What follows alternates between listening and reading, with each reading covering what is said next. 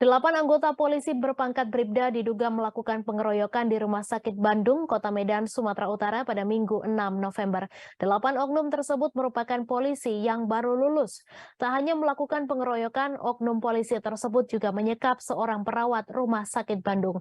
8 oknum polisi tersebut telah diamankan dan saat ini masih menjalani pemeriksaan oleh penyidik Polrestabes Medan.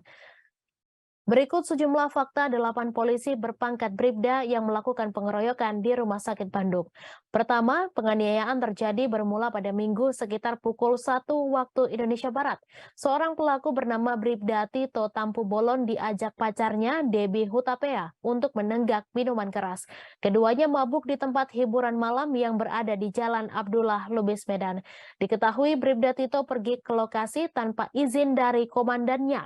Di tempat hiburan malam itu, Bribda Tito bertemu dengan Ayu dan Iten.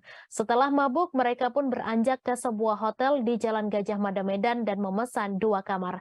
Satu kamar diduga digunakan Bribda Tito bersama kekasihnya, sedangkan satu kamar lagi dipakai oleh Ayu dan Iten. Kedua, sekap perawat.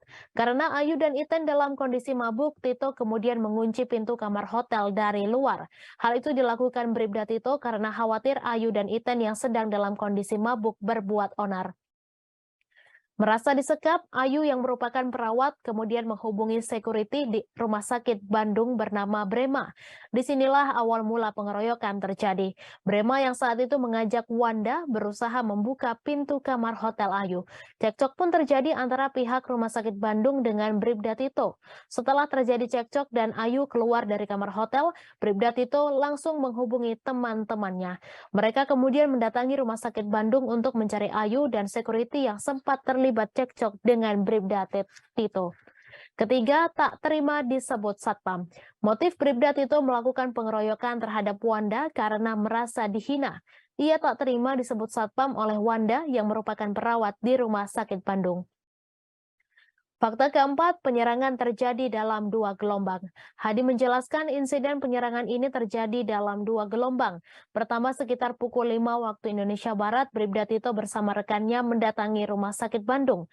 Namun saat itu, mereka hanya melihat Wanda yang sebelumnya ribut dengan Bribda Tito.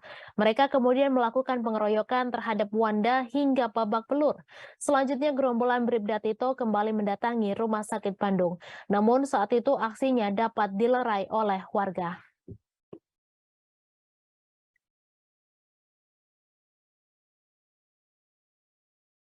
Terima kasih sudah nonton. Jangan lupa like, subscribe, dan share ya.